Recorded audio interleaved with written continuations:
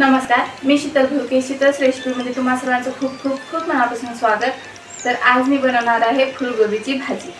आपली कॉलीफ्लॉवरची भाजी बनवणार आहे. ही रेसिपी खूप सोपी आहे आणि झटपट होते.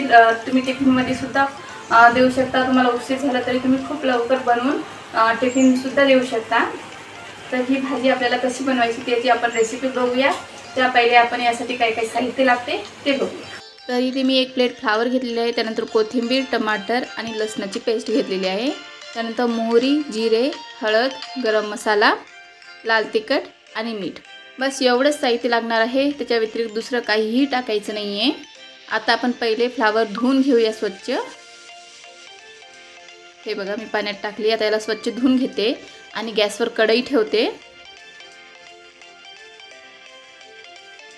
तुम्ही रोजच्या भाजीला जेवढे तेल टाकतात तेवढंच तेल टाकायचं आहे. मी रोजच्या भाजीला 3 चमच तेल टाकते. मी तेवढंच टाकते. तेल छान गरम झाल्याच्या नंतर त्यामध्ये मोहरी टाकायच्या. त्यानंतर जिरं टाकायचं. नंतर लसणाची पेस्ट टाकायची आहे. याला छान मिक्स करून घ्यायचं. एकदम ब्राऊन होऊ द्यायचं नाही आहे. आता यामध्ये लगेच आपल्याला टोमॅटो ॲड करायचा आहे. हे बघा.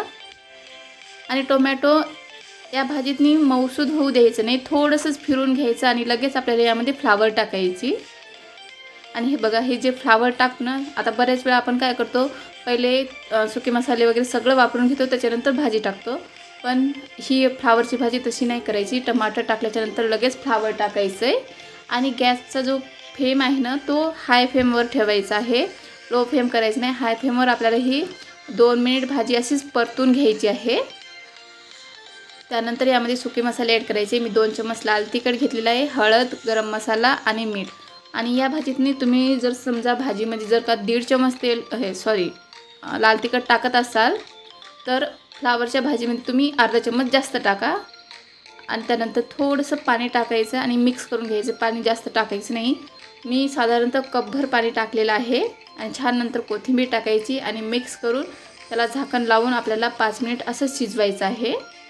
मध्येच एकदा चेक करून बघू शकता तुम्ही भाजी शिजली का नाही ते. हे बघा, थोडंसं पाणी राहिलेलंच आहे. या भाजीला नाही का तुम्ही कमी पाणी जरी टाकलं तरी त्या भाजीला पाणी सुटते. त्याच्यामुळं भाजी छान शिजल्या जाते. आणि पाणी न टाकतासुद्धा भाजी शिजते. फक्त एवढंच की ती खूप सुकी होते. त्याच्यामुळं थोडंसं पाणी टाकायचं आहे.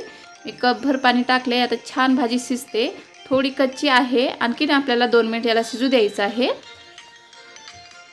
बघा 2 मिनिट झालेले आहे आणि आपली भाजी बघा किती छान तरी सुटलेली आहे. यामध्ये पाणी जरासं पण राहिलेलं नाही. आता कोथिंबीर टाकून घ्यायची आणि भाजीला छान मिक्स करून घ्यायचं आहे. हे बघा. आणि बूड अजिबात लागलेली नाही. ती ग्रेव्ही जी आहे ती खाली चिटकलेली होती, ते काढून घेतली. बघा अजिबात भाजी जळालेली नाही, काय नाही आहे. आणि या पद्धतीनं भाजी बनवली ना, खरंच खूप छान लागते. एकदम सुकी भाजी जशी बनते तशीच बनली. फक्त थोडीशी ओलसर आहे ही. मी तुम्हाला प्लेटमध्ये काढून दाखवते. हे बघा. तर कशी वाटली तुम्हाला ही फुलगोबीची रेसिपी? आवडलीच तर लाईक, शेअर आणि कमेंट नक्की करा. आणि हो, अशाच नवीन व्हिडिओसाठी चॅनलला सबस्क्राईब नक्की करा. भेटू मग अशाच नवीन व्हिडिओमध्ये. बाय. थँक्यू.